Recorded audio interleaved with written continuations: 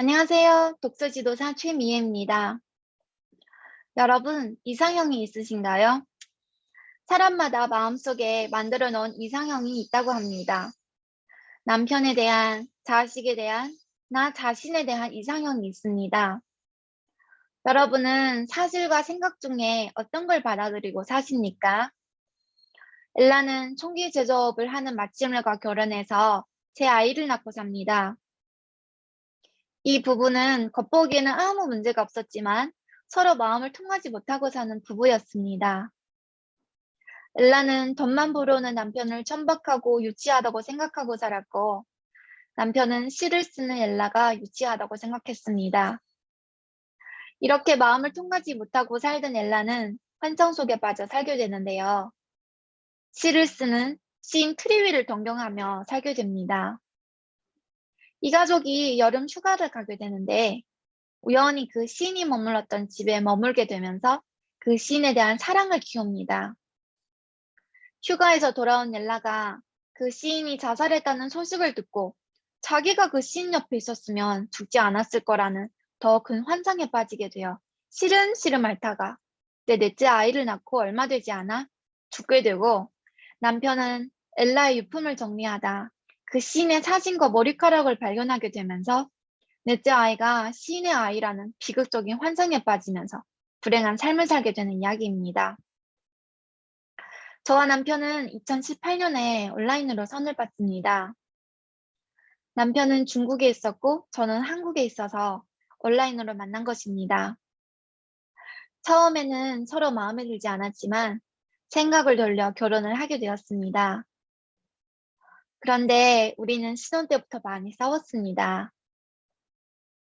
신혼여행을 제주도로 갔는데 유명한 족발집으로 갔습니다.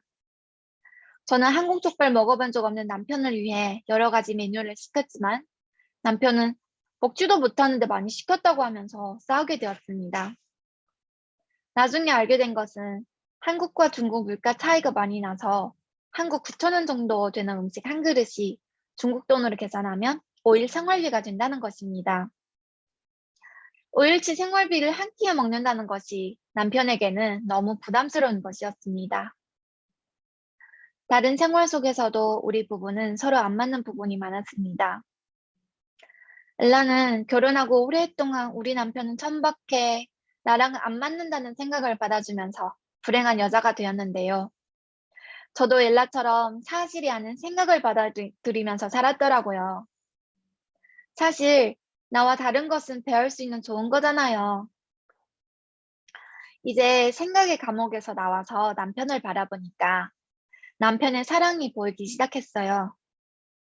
이렇게 사실을 받아들이면서 다시 보니까 남편은 최고의 남자였습니다. 지금은 예쁜 딸 2명을 낳아 행복하게 살고 있습니다. 여러분, 날씨가 화창한 날씨만 있는 게 아니라 비도 오고 바람이 불 때도 있습니다. 우리도 살다 보면 좋은 날만 있는 게 아니라 때론 가족이랑 부딪히며 화내고 싸울 때도 있습니다. 이때 감정이 아니라 우리는 한 가족이라는 사실을 받아들이면 마음이 건강해지고 행복이 찾아옵니다. 얼마 전 이상화 작가의 그림 전시회를 보러 갔습니다. 여러 작품 중에 감사가 없는 삶이라는 그림이 있었습니다. 발밑에는 수많은 선물 상자가 쌓여 있는데 다른 더 좋은 것을 찾아서 허공을 바라보는 그림이었습니다. 나의 삶 속에 행복한 것들이 많은데 다른 행복을 꿈꾸며 살아간다면 엘라처럼 불행한 삶을 살게 될 것입니다. 엘라도 바로 옆에 있는 마침일과 가족들에게서 행복과 사랑을 발견하면서 살았다면 얼마나 행복했을까요?